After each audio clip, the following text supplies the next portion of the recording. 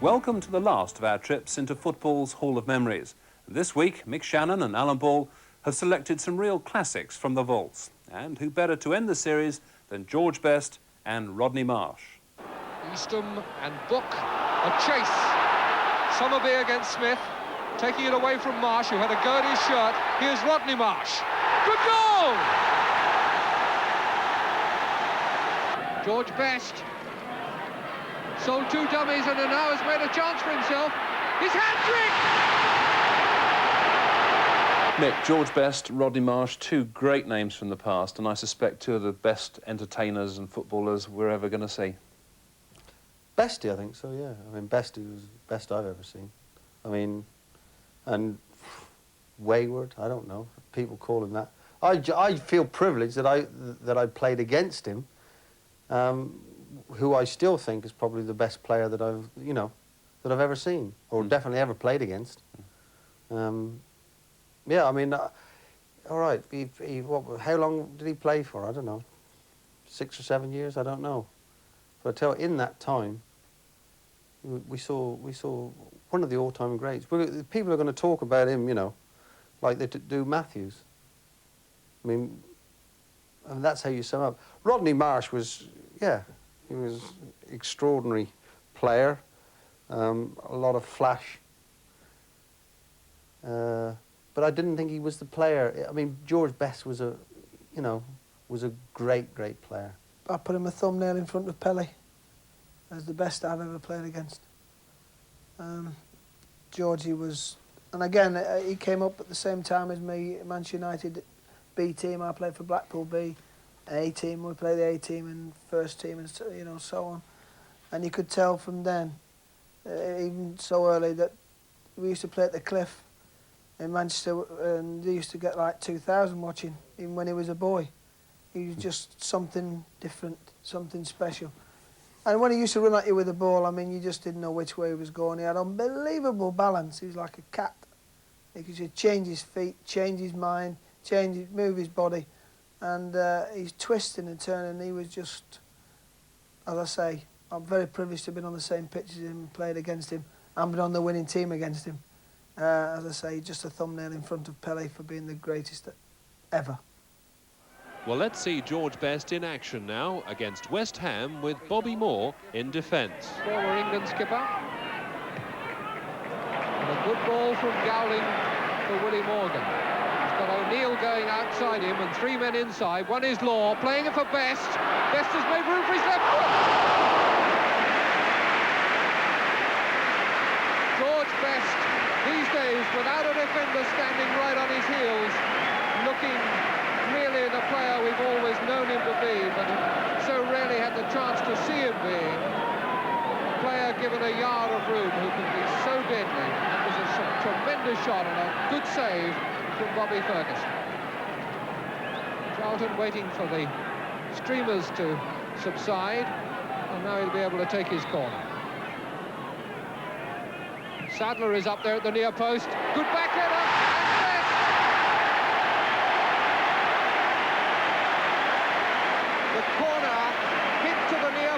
Sadler runs out to meet it, gets in a good back header, and Best or Sadler could have put it in. Best it was who scored, his 7th of the season. O'Neill. Kidd. Beautiful ball from Kidd to Best. O'Neill, who'd intelligently kept going, and plays a good cross. Taylor's cleared. George Best losing it from Brooking, no foul. Redknapp. Robson. Lampard. Bobby Moore. Billy Bonds wanting one wide out on Moore's right. That's McDowell going ahead of him. McDowell in the move now. Again for Clyde. Best head, and it's found it! So the two Bests live up to their advance booking. One goal at each end. Best and then Best. Gowling finds try it again. Morgan. Law through the middle. Gowling in the move once again. Kidd. Bobby Moore for West Ham to Hurst. Intercepted by Bobby Charlton. One for Law to jump for. It was too high for him. He's now chasing Lampard out and made Lampard concede the corner. Typical bit of Law initiative.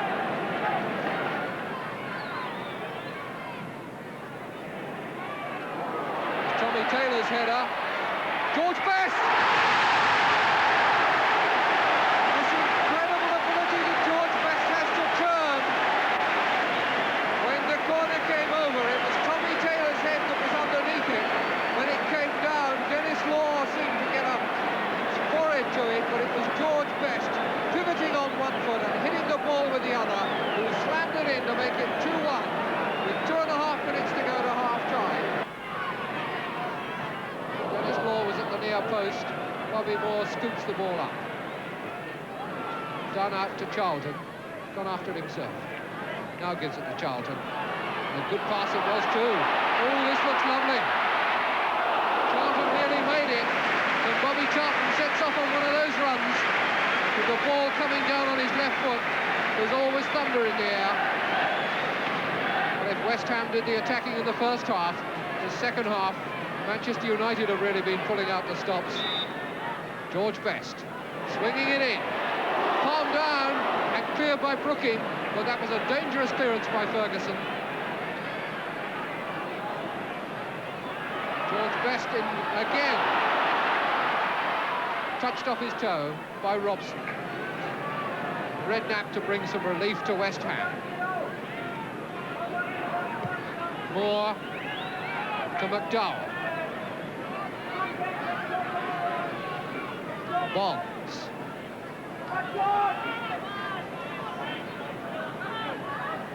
Good ball to Brooking. Brooking has made a space, and he scored!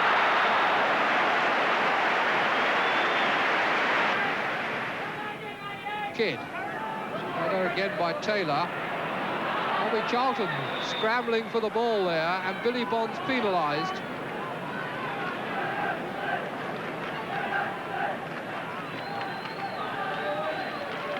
Just possible Charlton might hit this one. No, he plays it for Law. Best was on the move, but McDowell intercepted. Redknapp held it too long. Law, Bobby Charlton.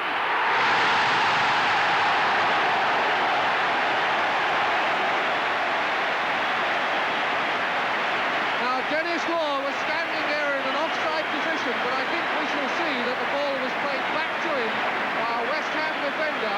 He slotted it back to Bobby Charlton, and Charlton, no mistake, 3-2, Manchester United lead. Bobby Moore under this, gives it to Bobby Charlton, and that's where Charlton likes to shoot from, and he's got it! No, it's just past. Touched away by Ferguson. I thought it had gone into the net. Ferguson signalling that he didn't touch it. Kirkpatrick has given the corner and it's been taken. George Best sold 2 dummies and now has made a chance for himself. His hat-trick!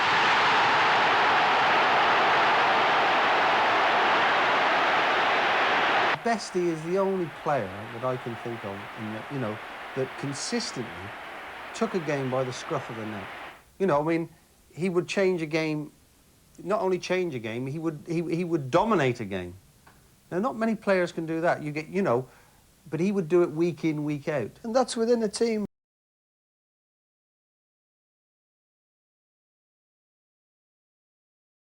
Of Law, That's Charlton, right. People like that. He would take the game by the scruff of the neck with greats as well.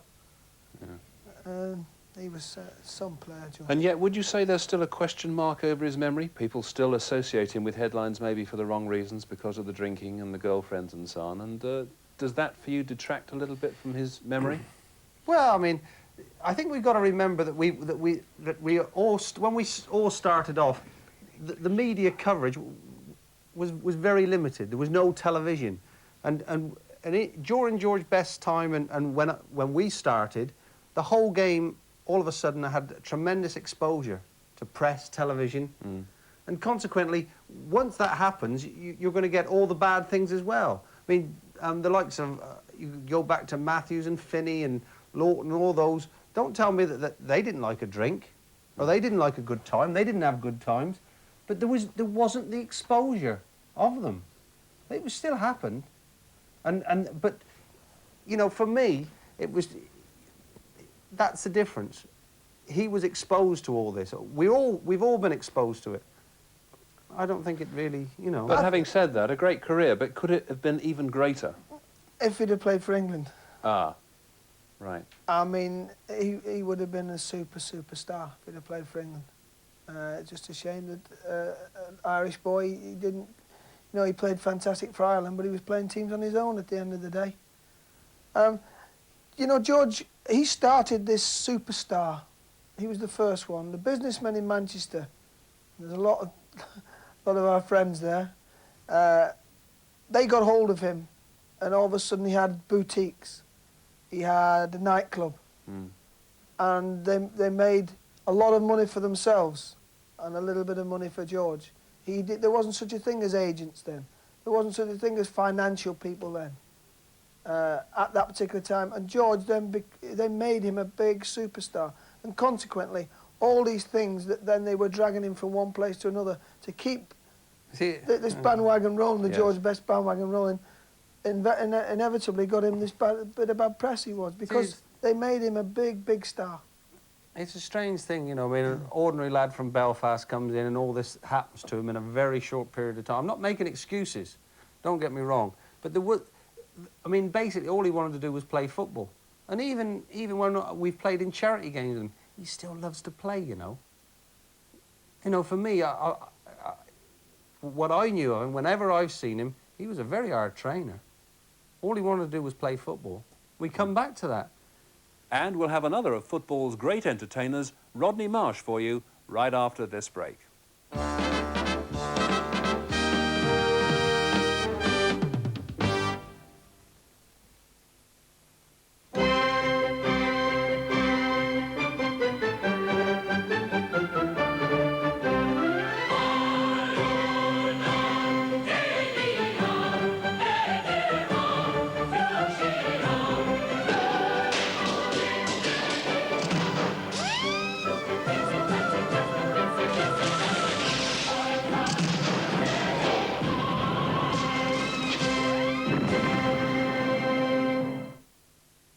When it comes to watching the grass grow, he's truly world class. But today, he's not himself. And in case that gives him indigestion later on, I keep Tums in my toolbox. They come in 3 fruit flavours, so he'll even feel good about taking them. And unlike some people I know, Tums are effective. Tum. Fruit-flavoured Settlers Tums.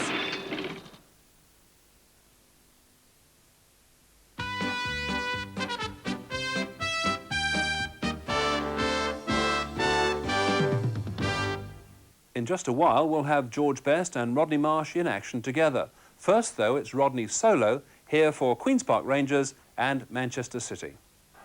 Ron Hunt. And now Gillard. Marsh was calling for it, and a slip there allows Marsh to go in! A goal by Marsh! What a goal! Mike Kelly absolutely beaten. And Rodney Marsh puts Rangers ahead with 5 minutes gone. Well, there was a slip by Robinson, and Marsh really pounced on that one.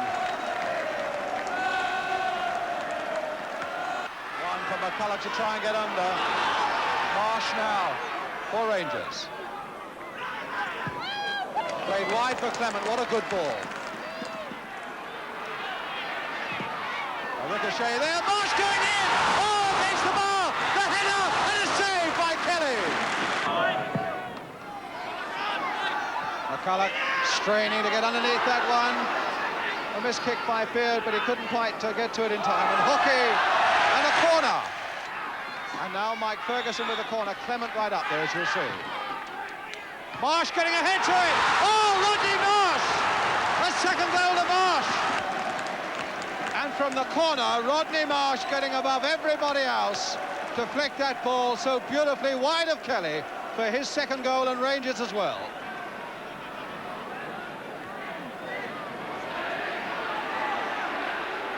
Summerhill harried and hustled all the way by Clement, and hustled into an error, and Ferguson is right there in the middle of it. Will it come through to Marsh? Oh, look at that for skill by Marsh! Oh, and what a goal! Rodney Marsh's hat-trick! Oh, what incredible skill by Marsh! There really was no way through, and yet Rodney Marsh found a way through.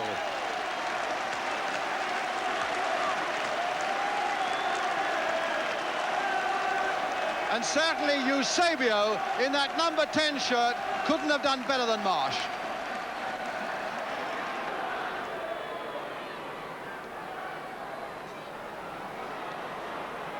And Southampton assemble the army again.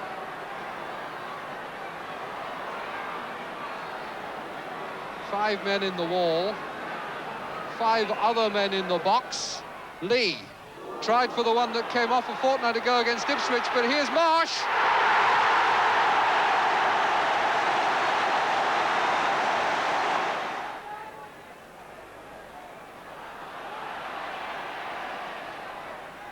They're all to set things in motion again for City, pushing it up for Donachie.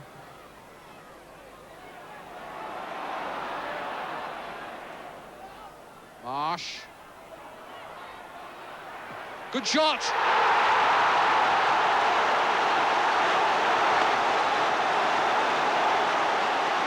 A touch of the real Rodneys. Oh, what a goal that was. He teased and he teased and he teased, and then he thrashed it. Bang! No chance at all. What a very, very good goal by Rodney Marsh. Marsh was eccentric. Marsh went to entertain people, did crazy things. I've seen him take a corner and take a paper off, you know, somebody in the crowd and start to read it before he took the corner. Did things like that. He entertained more in that way. Yes. I heard a story about him. He scored 3 and they got a penalty, and he's run up, flipped the ball up, and he's overhead kicked it back toward his own goal. Just completely stunned everybody. That was the type of thing he'd do. He was eccentric in the way he dressed, the way he played. He'd take a corner and backheel it out for a throw-in and do stupid, incredible, crazy things like that, which the crowd loved. But he had a football mind, and he had a weird sort of mind of how the game should be played and how you entertain. And he was always trying to make people think about him, you know, what he was like, what makes this guy tick. He had that type of mystique about him. He had a lot of ability. I think he put it in when he wanted at times. I think he came in and out of games. He wasn't consistent. When he was on his game, he was absolutely tremendous. But he didn't do it enough for me. Now a real treat. It's Marsh and Best in action together for Fulham. Mitchell setting a little dummy. Slough going through. That's the goal by Alan Slough. And Cutbush now to Best. Space ahead of him. Terry Payne coming back as hard as he can. Payne still after him. Still Best going on. Tripped. Free kick. And Fulham quickly getting on with the game. The ball with Marsh. A touch now for Cutbush. Hit low there. And it'll come now for Evanson. Oh, a tremendous goal. 2-0. Here's Marsh. Dinked it one side. Oh, what about that for skill? Knocked it one side of Lindsay, and before it hit the ground, he was round the Hereford player and hit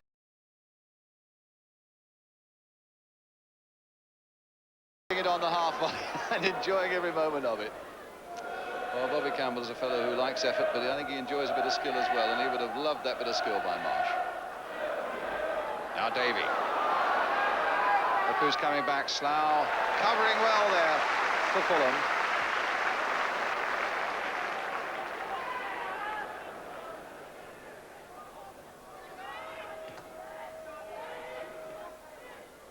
Davey to Lindsay, good play there, and just a little too high, an own goal by Ernie Howe.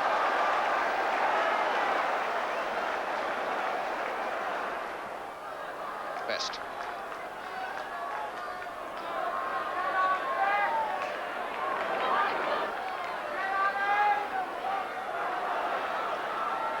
That's the best. Oh my goodness, he hit the post. Well, they are asking it, for weeks they've been asking it, can he ever be as good as he was? And a lot of people say, no, that can never happen. But in that moment then, he showed that he's going to get mighty close to it. A lovely shimmy by George Best, a tremendous shot against the post. Best. Oh, what a ball there by Best to Marsh. And a beautiful save by Charlton, and he very nearly lost it. Marsh jumping all over Burrows. What a ball by Best. A great shot by Marsh. A superb save by young Kevin Charlton. And it remains too wonderful. Nice job by Mitchell. Marsh there to collect. Well, he wrong-footed them all there. And a lovely ball for Best. Now can he do the same? Onto the right foot. Mitchell on the far post. Marsh with the header.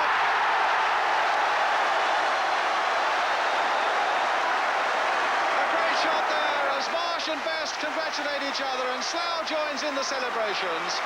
It was Best supreme on that left touchline. Got it onto the left foot in the end. A long, long cross. Mitchell up beautifully at the far post, and the rest was a formality for Rodney Marsh. Now it's John Evanson for Fulham. Played inside for Marsh. Looking around, seeing who he can pick up. Decides to go one in. Oh my goodness, what a goal! Oh, what a tremendous goal by Marsh! They went out just to, as I say, thoroughly enjoy himself, and in doing so they got results as well, because let's be fair, they were still very, very good players, and they got the results, and they got a lot of people through the turnstiles at Fulham at that stage. There was, again, because of who they were, there's not a lot of it about anymore in football. That's what I was going to say. Where are these players today? No, well, you're not allowed to do that. You're with not allowed to managers do these days. Managers and coaches don't allow you to do those things, unfortunately. Would you as a manager? I'd love to see. When it was four, I'd love to see them do it. Yeah. When you're winning 4-0 and things, I mean, players. I remember Mike Summerby in the old days, because he had such a big nose, and they always take the mickey out of him, Everton. One day he went out with a false nose in his thing. He turned around for shooting and put this nose on. He had a big false nose. In the kicking, a lot of these things happen. Bawley will tell you a story about Willie Johnson when you played in America. I mean, there was an awful lot of characters. Tell them that story about Willie Johnson. We've got to hear it now. Well, there was a minute to go, and it was 0-0, and it was going to go into overtime, this game. I think we were playing San Jose or somewhere like that. Really hot, hot afternoon. And he's going to take a corner, and they always got a big clock in the American Stadium. It's ticking away, and the crowd are just starting to count down with it, and it looks like going in. And we've all gone up to get the set piece, and we're all in this, and Willie Johnson's turned, and he's looked, and he's seen this chap with a Michelob, right? A can of Michelob, cold can of Michelob. So he's leant up, he reached up, and he's give it to him, and he started to have a drink. Now it's going like 30 seconds, 29, 28, 27. Tony Waite is our coach. He's going absolutely spare on the side. 15, 14, 13. Turns around, no hurry or nothing. Gives it back to the fella, turns, whips his ball in, and Roger Kenning's goal, we win 1-0. You know? Little Willie, like that little waddler's going like that. He went to the final and all of that, yeah. Oh, Yeah. lovely. And I mean, you know, things like that stick in your mind forever and a day, and there's those type of people about. Unfortunately, that's not tolerated today. But coming back to myself, within, you know, I ask players to express themselves. Please express them. And when the time's right, entertain. Please. Let's have some fun back in the game. Well, sadly, that's it then. The end of our delve back into soccer nostalgia. We hope that you at home have enjoyed it as much as we did. From the three of us, it's goodbye.